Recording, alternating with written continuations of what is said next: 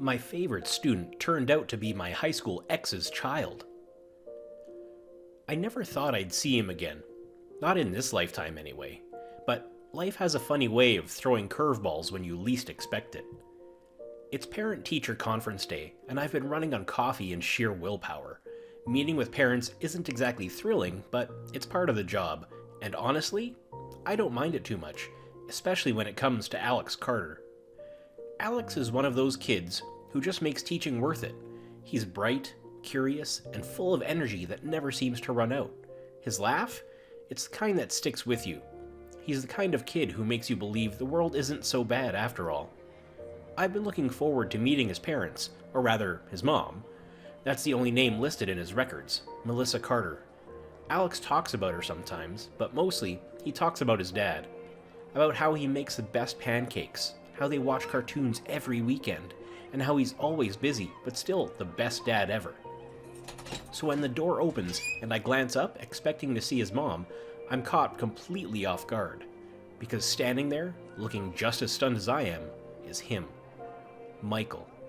My Michael. The one who walked out of my life 7 years ago without so much as a goodbye. For a second, it's like the air gets sucked out of the room. He hasn't changed much. Same deep brown hair, same piercing blue eyes that used to see right through me. But there's something different. A weight in his expression. A tiredness I don't remember. His eyes widen and I see the exact moment it hits him too. Neil? His voice is quiet, hesitant. I swallow hard, my mind racing to catch up. Michael, wow, long time, huh? I force a smile, but it feels anything but natural. Long time. 7 years, to be exact. 7 years since he vanished, and now he's here? As Alex's father? He rubs the back of his neck, stepping inside awkwardly. Yeah, I didn't expect this. Yeah, I echo, glancing down at my notes, like they'll somehow explain what's happening. They don't. My heart's pounding in my chest, but I push it down and gesture to the chair across from me. Let's, talk about Alex.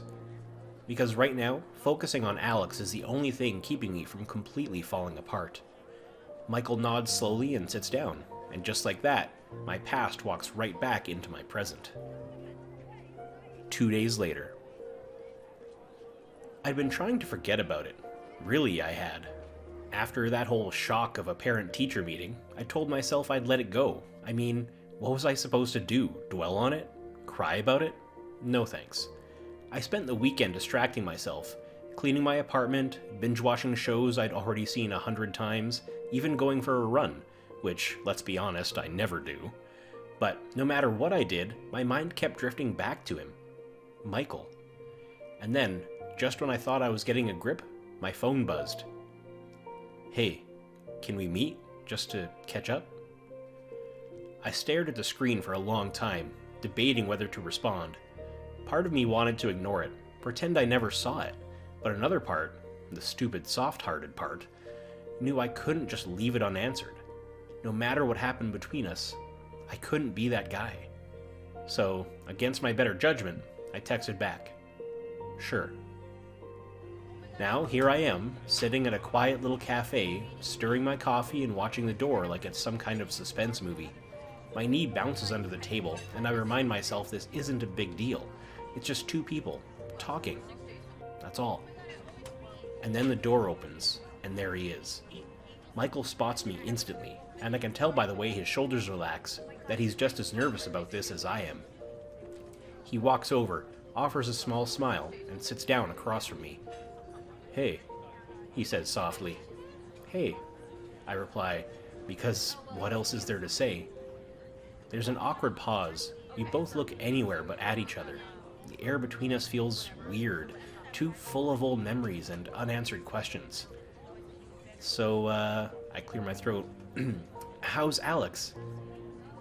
Michael's face softens at the mention of his son. He's good. He really likes your class, you know. Talks about you all the time. I smile, feeling that familiar warmth in my chest when I think of Alex. Yeah, he's a great kid. Another pause. Michael takes a deep breath. Listen, Neil. I know this is weird, seeing me again after everything. I let out a short laugh. Yeah, you could say that. He looks down at his hands, fidgeting with the coffee cup. I owe you an explanation. I fold my arms, leaning back. You think? Michael sighs, running a hand through his hair. I didn't leave because I wanted to. My family, they were in trouble, financial trouble. They arranged a marriage for me to fix things, I guess. I didn't have a choice. I stare at him, trying to process the words. You didn't have a choice? Michael, you left. No goodbye, no explanation, just gone. I know, he says quietly, guilt written all over his face. And I hated it, but I thought it was the right thing to do at the time. I shake my head, feeling the old hurt creeping back in. And now? What, you're back because your wife? I stopped myself, but the damage is done. Michael looks away. She passed a few months ago. Cancer, it was hard. Hearing that knocks the wind out of me. Whatever anger I had suddenly felt small compared to that. Michael, I'm sorry. Thanks, he murmurs. Now it's just me and Alex, and seeing you again, Neil, I didn't plan for this, but when I saw you, I realized I'd never really moved on. I swallow hard. Michael, I don't know if I can do this again. I don't even know if I want to. I get it, he says. I wanted you to know the truth. I nod slowly, my heart and head at war. Yeah, thanks for that. We sit there in silence, the weight of everything hanging heavy between us, and for the first time in years, I realize I don't know where to go from here. A week later. I didn't expect to spend my Saturdays chaperoning a group of hyperactive kindergartners at the zoo, but here I am. And of course, Michael is here too, volunteering as one of the parent helpers, because life apparently loves messing with me. Hey, he says, falling into step beside me as we guide the kids toward the penguin exhibit. Hey, I reply, keeping my eyes on Alex, who's skipping ahead with a few friends. I can feel Michael watching me, and it's making my skin itch. It's nice, being here with Alex, he says after a moment. I nod, unsure what to say. I'm still trying to wrap my head around the fact that he's here at all. He left, and now he's everywhere. At school meetings, at events like this, standing too close, smiling too much. And the worst part? It still feels natural. Yeah, he's having a good time, I say, forcing the neutral tone. Michael chuckles softly. He's been talking about this all week. He loves animals. I glance at him and instantly regret it. There's something in his eyes, something familiar, something I used to love. I clear my throat and look away. Yeah, he's a great kid. Michael hesitates and asks, How have you been, Neil? Really? I bite the inside of my cheek. I've been fine. It's a lie, but I'm not about to spill my feelings next to a bunch of screaming kids and penguins. Neil, let's just focus on the kids, all right? I cut him off, giving them a quick look. He nods, looking a little hurt, and I hate how much that still affects me. As we move through the exhibits, I catch him glancing at me now and then, and I try not to think about how easy it would be to fall back into our old patterns. But I can't. Not yet. Maybe not ever. A month later. It's the night of the class play, and the auditorium is packed. I'm standing at the side of the stage, making sure the kids are in position, when I feel a familiar presence beside me. Michael. Big night, he says, offering a smile. Yeah, Alex is excited, I say, keeping my focus on the stage. He's been practicing his lines non-stop at home, Michael chuckles, and it's such an easy sound that it makes my chest tighten.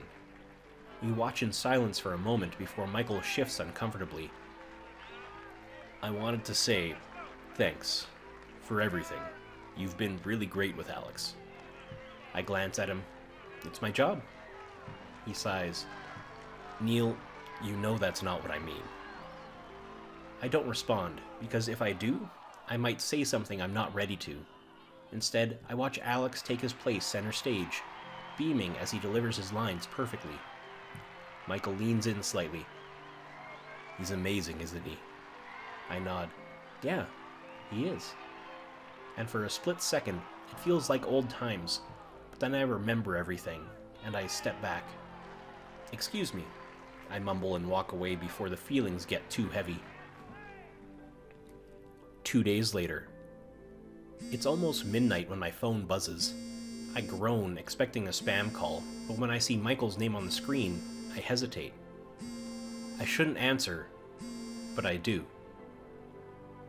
Neil, sorry, I didn't mean to wake you, Michael says, his voice soft. What's wrong? I ask, suddenly alert. It's Alex. He had a bad dream and I don't know what to do. I sigh, rubbing my eyes. Did you check under his bed? Monsters love hiding there. Michael chuckles weakly. Yeah, I tried.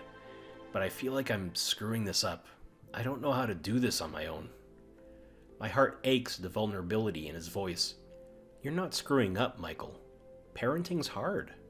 You're doing your best. There's a pause, then a quiet. Thanks, Neil. And just like that, I remember why it was so hard to let him go in the first place. A week later. Despite my best efforts to keep things strictly professional, Michael and I grew closer over time. I told myself it was for Alex's sake, that spending time together at school events, playdates, and casual meetups was all about making sure Alex felt supported. But deep down, I knew better. I never really had control over myself when it came to Michael back then, and it seems like nothing's changed. No matter how much I try to keep my guard up, he finds these little cracks to slip through, and I hate that part of me still lets him in. So, here we are, sitting on a park bench, watching Alex race around the playground, his laughter ringing through the air. Michael's beside me, quiet and thoughtful, like he has something on his mind. I'm scared, Neil, he says, suddenly breaking the silence. I glance at him, caught off guard. Of what? He sighs, rubbing his hands together. Of messing everything up. With Alex, with you. I let his words hang in the air, trying to ignore the way they make my chest tighten. Michael, I don't know if I can trust you again. He nods, his gaze fixed on the ground. I know, and I don't blame you. He looks up then, his blue eyes searching mine. But I want to try. I need to. I exhale slowly, leaning back on the bench. We're spending a lot of time together these days. He smiles faintly. Yeah, I like it. I swallow, turning my attention back to Alex, who's waving at us from the swings. It's easy when it's about him, I murmur. Makes it feel safe. Michael nods, understanding what I mean. But it's not just about him, is it? I stiffen at his words, not sure how to answer, because he's right. Somewhere between the shared laughs and lingering glances, lines have blurred. And the part of me that wants to let him back in is fighting the part that remembers how much it hurt when he left. I don't know, I finally say, my voice quieter. I don't know if I can do this again. Michael reaches out, his fingers lightly brushing mine on the bench. I get it, Neil. I do. But I'm not that guy anymore. I won't leave again. I close my eyes for a second, trying to hold back the flood of emotions. I don't want Alex to get hurt. He squeezes my hand gently, his touch warm and familiar. Neither do I. We sit there in silence, the weight of the conversation settling between us, and for the first time I realize I don't have an answer, because my heart and my head are still at war. But for now, I just watch Alex, swinging higher and higher, and let the moment be what it is. 3 days later. It's a quiet Saturday afternoon, and I'm sitting cross-legged on Michael's living room floor, helping Alex put together a puzzle. Well, trying to help. He's 5, and somehow he's better at this than I am. Michael's in the kitchen, watching us with an amused smile while he loads the dishwasher. This isn't the first time I've found myself here on a weekend, and it's starting to feel normal. Too normal. Alex fits another piece into place and grins up at me. "Neil, you should stay here forever." I freeze, my fingers hovering over a puzzle piece. "What?" I say with a nervous laugh. He nods eagerly, completely serious. "Yeah, then we could play all the time, and you can help with my homework, and Daddy wouldn't be so boring." From the kitchen, Michael snorts, "Hey, I heard that." Alex giggles, and then turns back to me with wide, hopeful eyes. "But really, Neil, I wish you could live with us forever." I swallow hard, suddenly feeling the weight of those innocent words. My eyes flick to Michael, who's now leaning against the counter, his expression unreadable. Well, I say, trying to keep my tone light. "That's really sweet, buddy, but teachers have their own houses, you know." Alex pouts. "But I like you here." I rub the back of my neck, feeling an uncomfortable mix of warmth and panic. "I like spending time with you too." Michael clears his throat. "All right, Alex, let's finish up the puzzle, then it's bath time." Alex groans but turns back to the pieces, humming happily to himself. I exhale slowly, grateful for the distraction. Michael sits down on the couch and, for a moment, we just watch Alex in silence. Then, without looking at me, he says quietly, "He's got a point, you know." I force a chuckle. "Don't start, Michael." He looks at me then, something soft and serious in his eyes. "Neil, we should talk." I nod slowly, because we really should. Later that evening, after Alex has fallen asleep, Michael and I sit on his porch, the quiet hum of the neighborhood settling around us. The air is cool, and I try to focus on anything but the way he's watching me, like he's waiting for me to say something first. "I didn't think I'd ever see you again," I finally say, staring out at the streetlights flickering in the distance. "And I sure as hell didn't expect to end up here, sitting on your porch, talking like nothing ever happened." Michael sighs, his hands clasped together. "Neil, no." I cut him off, my voice sharp. "You don't get to talk first. I need to say this." He nods slowly and I take a deep breath. "We were together for 2 years, Michael. 2 years, and I loved you. I loved you so much it scared me sometimes. And then one day, you just left. No explanation, no goodbye, just gone." Michael looks down, guilt written all over his face. "I know." "You don't know," I snap, my chest tightening. "You don't know what it did to me. I spent weeks wondering what I did wrong, months thinking you'd come back, that maybe there was some stupid reason you disappeared.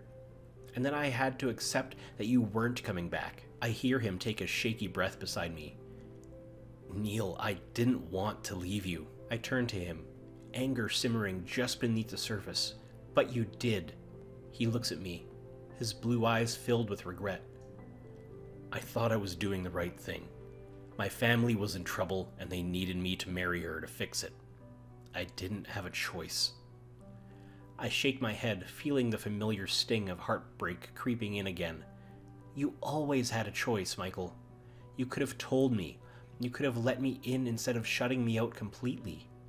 He runs a hand through his hair, frustrated. "I was scared, Neil. I didn't want to hurt you, and in the end, I did it anyway." I let out a bitter laugh. "Yeah, you did." The silence stretches between us, heavy and suffocating, and then, softer this time, I say, I don't know if I can do this again. I don't know if I can let myself trust you." Michael reaches out cautiously, his fingers brushing mine on the porch railing. "Then let's take it slow. I don't want to rush anything. I want you in our lives, Neil. You and Alex mean everything to me." I stare at our hands, hesitating, because as much as I want to protect myself, part of me still wants him too. Slow, I finally whisper. Michael exhales, relief washing over him. Slow, he agrees. And just like that, we take the first shaky step towards something that feels a lot like hope. 3 days later. I wasn't sure what to expect after our conversation on the porch, but Michael seems determined to prove he meant what he said about taking things slow. It starts with little things, showing up at the school a bit earlier to pick up Alex, and bringing an extra coffee for me without asking if I even want one. Just in case, he'd say with that stupid, charming smile of his, and somehow, he always gets my order right. Then there's the way he volunteers for everything. School events, bake sales, even reading days. Michael, who once claimed he couldn't sit still for more than 5 minutes, now spends entire afternoons helping set up decorations or chaperoning field trips. And of course, Alex loves it. One afternoon, I catch him in the classroom long after the other parents have left, sitting cross-legged on the floor with Alex, patiently helping him color a picture of a dinosaur. He's completely focused, his brow furrowed in concentration. You know, you're getting pretty good at this, I say, leaning against the doorway. Michael looks up, grinning. I have a good teacher. Alex pipes up. Yeah, Daddy's better than before, but Neil's the best. I laugh, feeling the warmth spread through me. Well, you're both improving.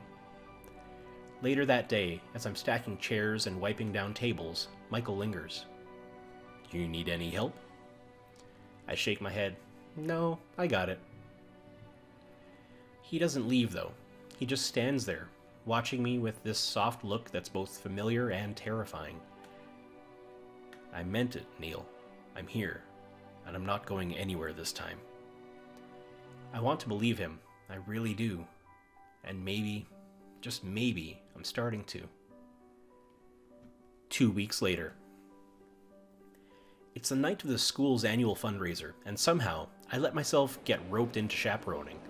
The gym is packed with parents and kids, playing music a little too loud, and Michael, of course, is right in the middle of it all. I watch him from across the room, holding Alex's hands as they do some ridiculous dance move. Michael laughs, his face lighting up in a way I haven't seen in years, and it's something. Why aren't you dancing? He asks, appearing beside me out of nowhere. I raise an eyebrow. I don't dance. He grins. You used to. That was a long time ago. Michael shrugs, offering his hand. Come on. For old time's sake? I hesitate, but the way he's looking at me, hopeful, patient, makes it hard to say no. With a sigh, I take his hand, and just like that, we're moving together again. Slow and easy, like no time has passed at all. His hands rest lightly on my waist, and I feel the familiar pull between us, that unspoken connection I've been trying to ignore. I miss this, he says quietly. I glance up at him, my heart pounding. Yeah, me too. The song changes and the rhythm shifts, but it doesn't matter.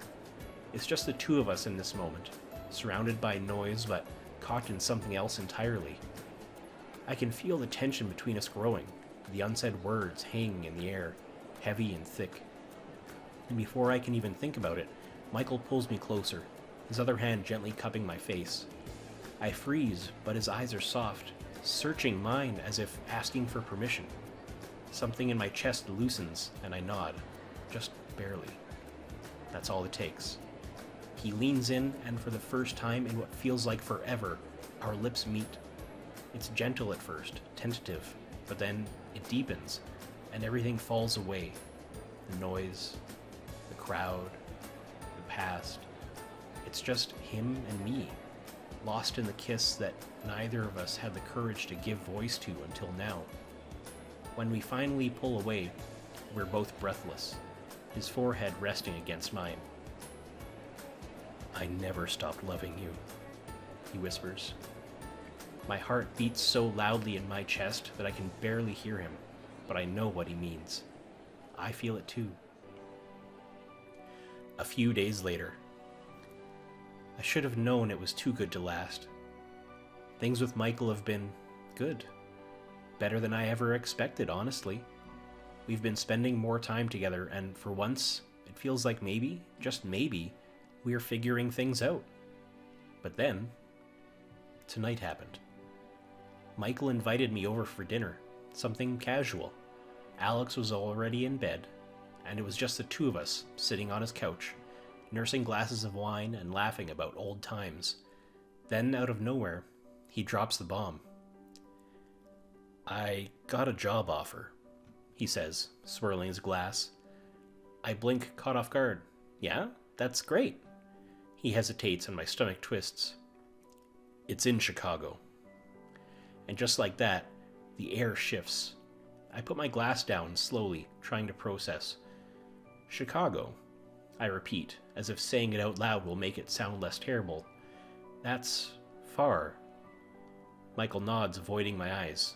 "Yeah, it's a great opportunity, Neil. Better pay, better hours. It'd be good for Alex." Of course. It's always about Alex, and it should be, I know that. But I can't help but feel like I'm slipping down this list of priorities all over again. "So, what are you thinking?" I ask, trying to keep my voice even. He exhales, running a hand through his hair. "I don't know yet. It's a big move, but I have to consider it." I nod slowly, the ache in my chest growing. "Right." Michael finally looks at me, his expression cautious. "Neil, this isn't about us." "But it is, Michael." I cut him off, my voice sharper than I intended. "It's always about us." He looks guilty, but I can't stop now. "You left once before because of your family. Now you're willing to leave again for a job, and where does that leave me?" "I'm not trying to leave you," he says, leaning forward, his eyes pleading. I have to think about Alex's future." I cross my arms, leaning back against the couch, feeling a familiar frustration bubble up. "And what about my future, Michael? What about everything we've been working toward?" He swallows hard, his fingers tapping against his knee. "I don't want to hurt you, Neil." I shake my head, letting out a bitter laugh. "Yeah, well, you have a funny way of showing it." The silence between us is heavy, and for the first time in weeks, I feel like we're right back where we started. Him choosing something else, and me left wondering if I'll ever be enough. "I need to think," Michael finally says softly. I nod, pushing myself off the couch. "Yeah, me too." And with that, I walk out the door, hoping he finally realizes what's truly important before it's too late. A few days later. It's been a few days since Michael told me about the job offer, and things have been weird. We're talking, but not really. Dancing around the issue like it's not sitting right there between us. Tonight, he asked me to come over again, and I almost didn't, but here I am, sitting at his kitchen table, watching him pace back and forth. "I turned it down," he says suddenly, breaking the silence. I blink. "What?" Michael stops pacing and looks at me, his blue eyes serious. "The job, I turned it down." For a second, I don't know what to say. My heart's racing, but my mind is scrambling to catch up. "But why?" He sighs, rubbing the back of his neck. "Because I've finally realized something, Neil. I've spent too much of my life running. Running from my problems, from choices, from you." He looks at me, and there's something raw in his voice. "I can't do that anymore." I sit back in my chair, staring at him. "Michael..." "I thought moving would be the best thing for Alex," he continues, leaning against the counter. "But the truth is, what he needs, what I need, is right here. Stability, family, you." My breath clutches. "Are you sure?" Michael walks over and takes my hand, his grip firm and warm. "Yeah, I'm sure." He swallows hard. "I don't want to lose you again, Neil. I know I messed up before, but I love you." His voice cracks a little, and it's like all the walls between us come crumbling down. "I never stopped. I love you, and I'm never leaving you again." I feel a lump in my throat, and for a moment I can't speak. His eyes are pleading, searching mine for something, hope, reassurance, anything. And it hits me that I've been waiting for years to hear those words again. So I take a shaky breath and squeeze his hand tighter. I love you too, I whisper, the words feeling so right, so natural, like they never really left. And I don't want you to leave, not ever. A slow, relieved smile spreads across his face, and before I can say anything else, he pulls me into his arms, holding me close like he's afraid I might disappear. I bury my face in his shoulder, breathing him in, and for the first time in a long time, I feel like I'm exactly where I belong. I'm here, he murmurs into my hair. I'm here, Neil. And this time, I believe him. A month later, I'm standing in the school gym, surrounded by a crowd of excited parents and energetic kids. The annual talent show is in full swing, and Alex is up next. Michael stands beside me, holding a juice box Alex insisted he carry. He looks nervous, more than Alex probably is. Do you think he's ready? I smile, nudging him. He's been practicing non-stop. He's got this. Michael chuckles, shaking his head. Yeah, thanks to you. Before I can argue, Alex's name is called, and we both turn to watch as he walks onto the stage, waving proudly. I glance at Michael, and the way he's watching his son, with so much love and pride, it makes my chest ache in the best way. As Alex starts his performance, Michael reaches for my hand, intertwining our fingers. Thank you, he whispers. For what? I ask, leaning closer. For sticking with us. I smile, squeezing his hand. Always. And as we watch Alex finish his routine, looking out at us with the biggest smile on his face, I realize this. This moment right here is what I've always wanted. A family. Our family. Conclusion. It's been a few months since everything changed, and now Michael and I are living together. It's not perfect, but it's ours, and that's all that matters. Our mornings are filled with Alex's laughter and a little chaos, and the three of us have become a real family. There's no more doubt between us, just love. The house is always warm with Alex running around, and Michael by my side, always there. We've been through a lot to get here, but I wouldn't change a thing. Alex is the heart of this little family, and every day I'm more grateful for him, and for Michael. We're ready for whatever the future brings, together, and that's all I need. The end. Do you think Michael deserved the second chance? Thanks for watching. Consider subscribing to become a part of our Rainbow Force, and stay wholesome.